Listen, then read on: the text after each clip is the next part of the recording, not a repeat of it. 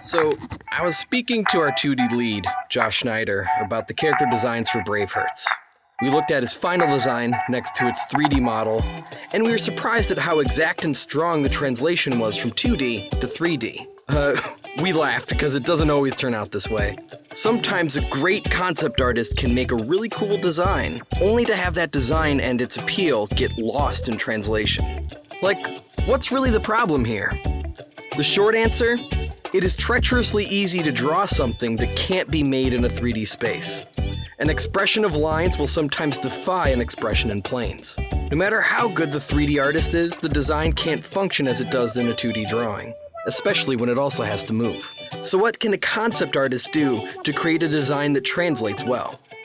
Let's take a look at the knight from our new Bravehearts micro shorts. This is Hero. He is like every knight from the Middle Ages. We're gonna watch Josh paint him up and get him ready for modeling. First, the most important point here is think in forms, not in lines. When you think in lines, you are working with an iconic representation of the character. The volumes here are secondary to the consistency of the icon itself.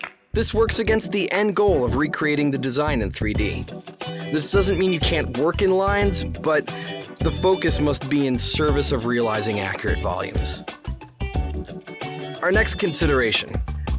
Be precise, but trust the 3D artist to plus the design. From the very beginning of your design, it should really be looked at as a collaboration.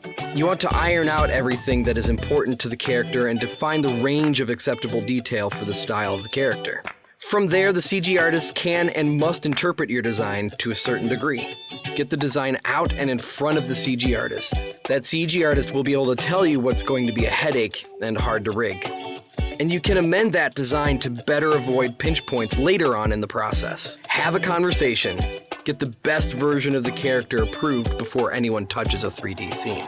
Okay, I'm gonna take a slight tangent here, but I wanna show you an example of a misfire, like something that didn't work the first time we tried it. So here is the first character sheet of Robbie from MECHSPLORERS. Just look at the range here. What's not to love? The stupidity. The curiosity, that anguish of a careless and slovenly upbringing. Robbie is a shattering indictment on modern boyhood. We love Robbie. This would be fantastic in 2D animation. Okay, but now let's look at the 3D model. Oh God. So Joe, one of our CG artists, did a really nice job making this, but we are deep in the uncanny valley. So we had to make some changes while keeping true to the spirit of the character. It took many iterations in 3D, but we got there. Don't get me wrong though, we did want to match the original design as closely as possible because it was hysterical. Okay, tangent over, back to the knight.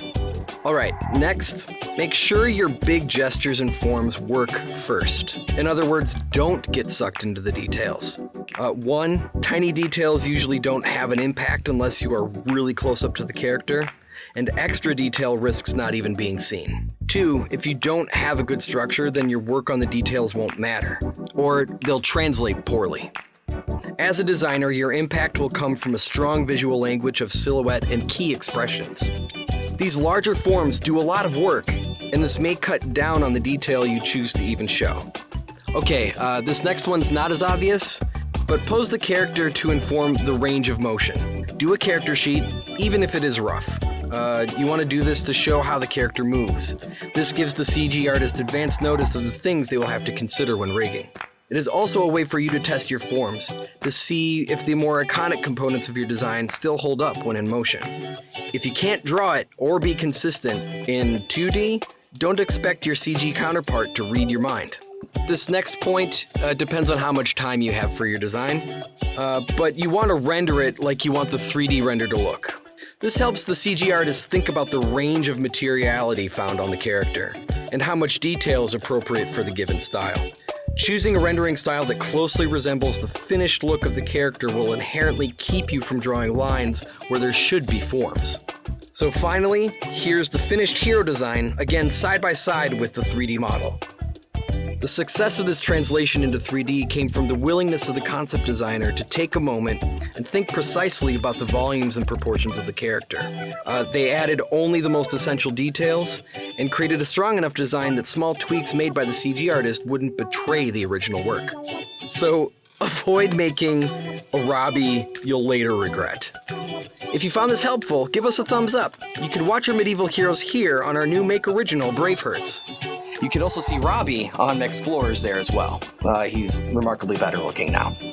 I'm Alec Soelle, the art director here at Make, and it was a pleasure talking at you. Of course, we view this as a conversation, so if you did not hear about something you want to hear more of, just please leave it in the comments.